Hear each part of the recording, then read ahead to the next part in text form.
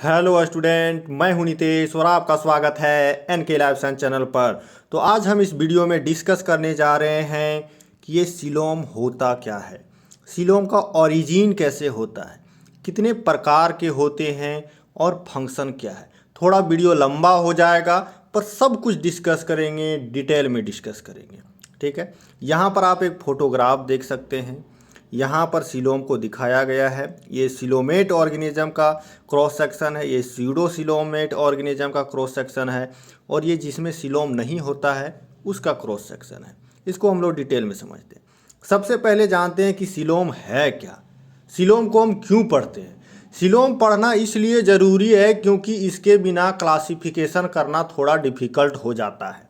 Coelom को पढ़ना सिर्फ इसलिए ज़रूरी है कि इससे आप क्लासिफिकेशन कर सकते हैं, क्लासिफिकेशन करना इजी होता है। और दूसरा सेकेंडरी रीजन है सीलोम को पढ़ने का कि हम इस तरीके से ऑर्गेनिज्म को समझ पाते हैं। मेन मकसद होता है क्लासिफिकेशन करना। ठीक है, तो यहाँ पर जिसके पास जो मेटाजोवास होता है, मेटाजोवा मेनली वो होते हैं जो मल्टी सेलुलर ऑर्गेनिज्म होते हैं, मेटाजोवा में आते हैं, और जो सिंगल सेलुलर है वो प्रोटोजोवा में आते हैं।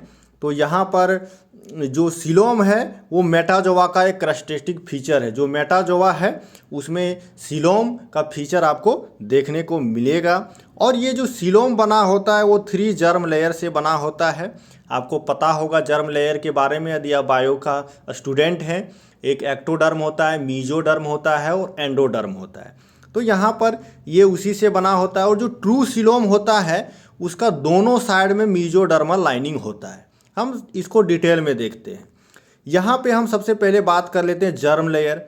तो आप सभी को पता होगा कि 3 प्रकार का जर्म लेयर होता है। एक्टोडर्म जो सबसे बाहर की ओर होता है, मीजोडर्म जो बीच में होता है, और एंडोडर्म जो अंदर की ओर होता है। ऐसा ज़रूरी नहीं है कि इसी जगह पे हो, इसका मतलब ये लोकेशन पर भी डिपेंड करता है शरीर के अंदर। पर जनरली यही समझ लीजिए, एक्टोडर्म बाहर होता है, मीजोडर्म बीच में, एक्टोडर्म अंदर में होता है शरीर के। तो यहाँ पर स्ट्रक्चरली ये इस टाइप से होते हैं, अरेंज की रहते हैं। यहाँ पर आप जैसा देख सकते हैं, ये एक जो एग का डेवलपमेंट हो रहा है फर्टिलाइजेशन के बाद, उसका यहाँ पर एक डायग्राम दिया गया है। तो मैं समझता हूँ कि ये सब क्लियर हो चुका होगा। अब जो एनिमल किंगडम है उसमें जो ऑर्गेनिज्म है, जो जीव है, जंतु है, उनको मेनली हम 3 भाग में बांट देते हैं। एक ऐसा जीव जिसमें सीलोम है ही नहीं, उसको ये सीलोमेट कहते हैं। और दूसरा जीव जिसमें झूठा सीलोम है, लगता है कि सीलोम है पर है नहीं, वो फेक सीलोम है, तो उसको हम लोग सीडो सीलोम बोलते हैं। देखने में लगता है हमको कि उसमें सीलोम है, पर जब हम उसको साइंटिफिकली स्टडी करते हैं तो पता चलता है कि वो सीलोम नहीं है। और दूसरा होता है सीलोमेट, जिसमें ट्रू सीलोम पाया जाता है। और ट्रू सीलोम में भी 2 प्रकार होते हैं, उसको भी हम समझेंगे। तो यहाँ पर ये सीलोमेट ऑर्गेनिज्म का डिटेल दिया गया है कि क्लासिफिकेशन के अनुसार किस में पाया जाता है। यहाँ पर एस्के हेलिमेंथ या नेमेटोड्स इसको बोलते हैं, ये सूडो सीलोमेट ऑर्गेनिज्म होता है। ये याद रखना बहुत ज़रूरी है। और एनालिडा के ऊपर जितने भी ऑर्गेनिज्म होते हैं सब में ट्रू सीलोम पाया जाता है। तो उसके बाद यहाँ पर हम बात करते हैं कि इसका डिफिनेशन क्या है ये सीलोमेट्स का। तो ये सीलोमेट्स जैसा मैंने बताया कि इसमें सीलोम होता ही नहीं है, इसमें सीलोम पाया नहीं जाता है। The blastocoel is completely occupied by mesoderm. जो जगह है सीलोम जहाँ होना चाहिए, सीलोम का मतलब होता है ओपनिंग, एक खाली जगह, एक स्पेस होता है। जहाँ स्पेस होना चाहिए वहाँ स्पेस नहीं है, मसल्स भर गया है, मीजोडर्म भर गया है। ठीक है, या कोई भी लिक्विड कुछ और चीज़ वहाँ पर भर गया है, अदर स्ट्रक्चर वहाँ पर भर गया है, इसको ये सीलोमेट ऑर्गेनिज्म कहते हैं। और यहाँ पर सूडो सीलोम क्या है, सीडो सीलोम सीलोम जैसा दिख रहा है पर ट्रू सीलोम है नहीं। यहाँ पर स्पेस है, बॉडी कैविटी बना हुआ है, लेकिन पॉच लाइक स्ट्रक्चर में है। जब भी ट्रू सीलोम का बात होगा तब याद रखिएगा कि मीजोडर्म से दोनों साइड में दीवार में होगा, पर यहाँ दोनों साइड नहीं रहता है, सिर्फ एक साइड में रहता है।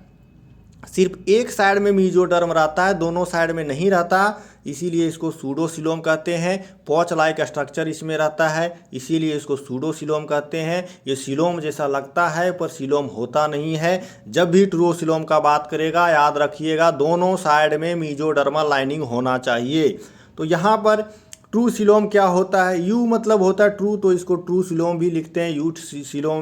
यू सिलोमेट ही इसको बोलते हैं, इसीलिए ये आपका यू मतलब ट्रू होता है। तो यहाँ पर क्या होगा, मीजोडर्म से दोनों साइड में लाइनिंग होगा। जो सिलोम है उसका लाइनिंग दोनों साइड मीजोडर्म से होगा, बॉडी वाल में भी और गट के साइड में होगा। तो इसको हम जो है सो ट्रू सिलोम कहते हैं। मुझे लगता है डिफिनेशन क्लियर हो चुका होगा। मैं थोड़ा फास्ट समझा रहा हूँ ताकि वीडियो लंबा ना हो। कहीं डाउट हो तो आप क्लियरली हमसे पूछ सकते हैं। तो यहाँ पर मैंने एक डायग्राम भी दिखाया है। ये देखिए ये सिलोमेट्स है। तो यहाँ पर देखिए कहीं पर भी स्पेस आपको दिखाई नहीं दे रहा है, मीजोडर्म से कंप्लीटली भरा हुआ है।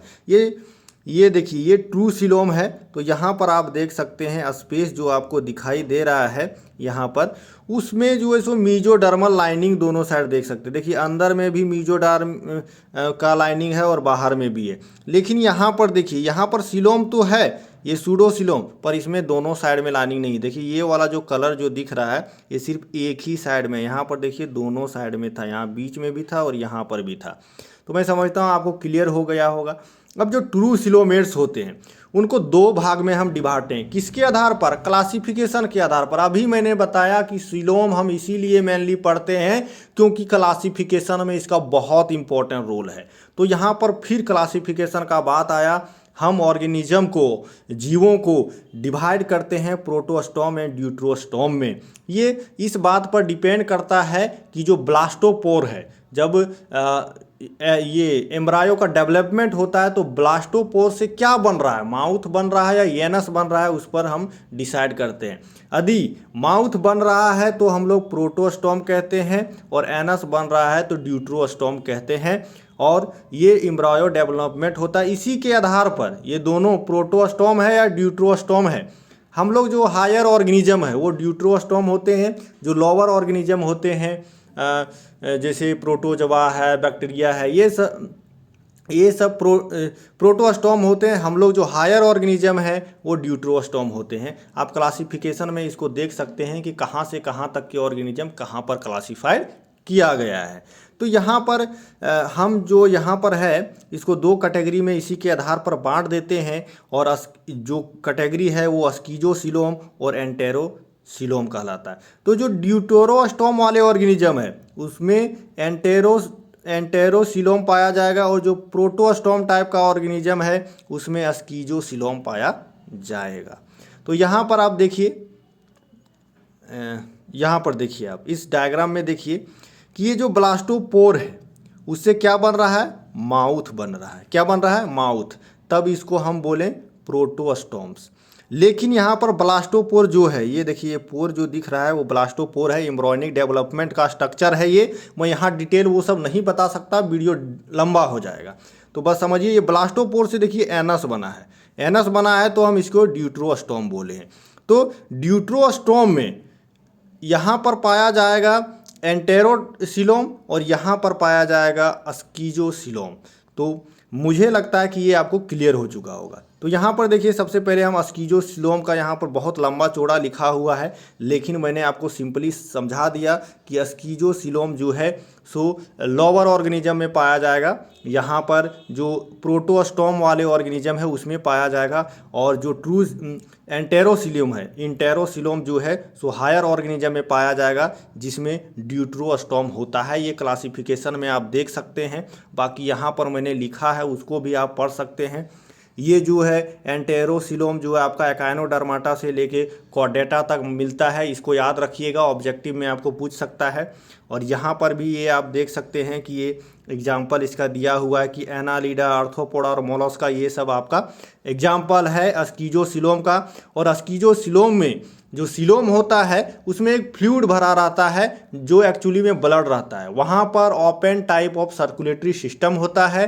तो open type of circulatory system होता है तो उसमें ब्लड जो है सो एक कैविटी में भेज दिया जाता है और उस ब्लड को हम हीमोसील कहते हैं। ठीक है, तो मुझे लगता है यहाँ पर आपको कॉन्सेप्ट क्लियर हो गया होगा। अब थोड़ा क्विकली हम फंक्शन को यहाँ पर देख लेते हैं, इसका क्या काम है। तो सीलोम जो है सो क्या है, स्पेस है जिसमें फ्लूइड भरा हुआ है। क्या है, फ्लूइड भरा हुआ है। तो यहाँ पर ये क्या करता है, शॉक एब्जॉर्बर का काम करता है।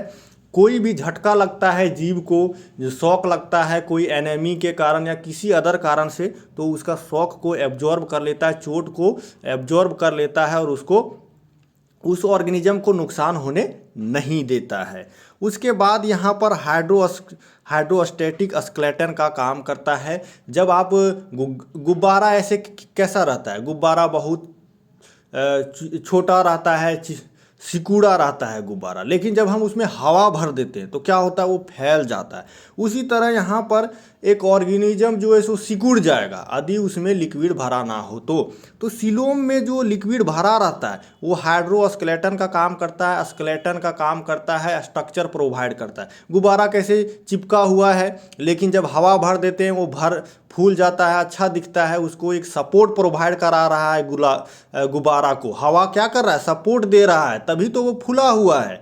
यदि हम हवा निकाल दें तो वो फूला नहीं रहेगा। तो हवा वहाँ पर क्या कर रहा है, स्केलेटन का काम कर रहा है। उसी तरह यहाँ पर जो लिक्विड अंदर में है बॉडी, वो ऑर्गेनिज्म को सपोर्ट कर रहा है। तो क्या काम कर रहा है, स्केलेटन का काम कर रहा है। इसीलिए हम हाइड्रोस्केलेटन कहते हैं, क्योंकि पानी स्केलेटन का काम कर रहा है। तो ये भी एक इसका फंक्शन हो गया। उसके बाद यहाँ पर ये सपोर्ट करता है फ्लोटिंग में, जो भी जीव है उसको तैरने में मदद करता है, पानी में स्विम करने में मदद करता है। इसके अलावा जो स्पेस है वहाँ पे फ्लूइड है, उस फ्लूइड में जो है इम्यून सेल घूमते रहते हैं, फैगोसाइटिक सेल घूमते रहते हैं और इम्यूनिटी उसको प्रोवाइड करवाते हैं। और नेक्स्ट है गैसियस एक्सचेंज होता है, न्यूट्रिशन का ट्रांसपोर्ट होता है, वेस्ट प्रोडक्ट होता है उसका ट्रांसपोर्ट किया जाता है। तो ये सब फंक्शन है। इसके अलावा जब एक फीमेल चाइल्ड को बियर करती है तो वहाँ पर एक प्रोटेक्शन प्रोवाइड करता है, एक प्रोटेक्शन देता है। जिस एम्नियोटिक फ्लूइड आपने नाम सुना होगा कि जब प्रेगनेंसी होता है तो एम्नियोटिक फ्लूइड वहाँ पे आता है और वो क्या करता है, शॉक ऑब्जर्वर का काम करता है और बेबी को एक प्रोटेक्शन देता है। तो ये भी एक तरह का वहाँ पर फंक्शन हो गया। तो मुझे लगता है कि सारा कॉन्सेप्ट क्लियर होगा। कहीं भी डाउट होता है तो आप मुझसे एक नेक्स्ट वीडियो बनाने का बात कर सकते हैं, कमेंट सेक्शन में सवाल पूछ सकते हैं, टेलीग्राम से मुझसे डायरेक्ट जुड़ सकते हैं। और इसी के साथ मैं इस वीडियो को ख़त्म करना चाहूँगा। वीडियो को शेयर कीजिएगा, लाइक कीजिएगा, चैनल को सब्सक्राइब कीजिएगा। Thank you, signing off.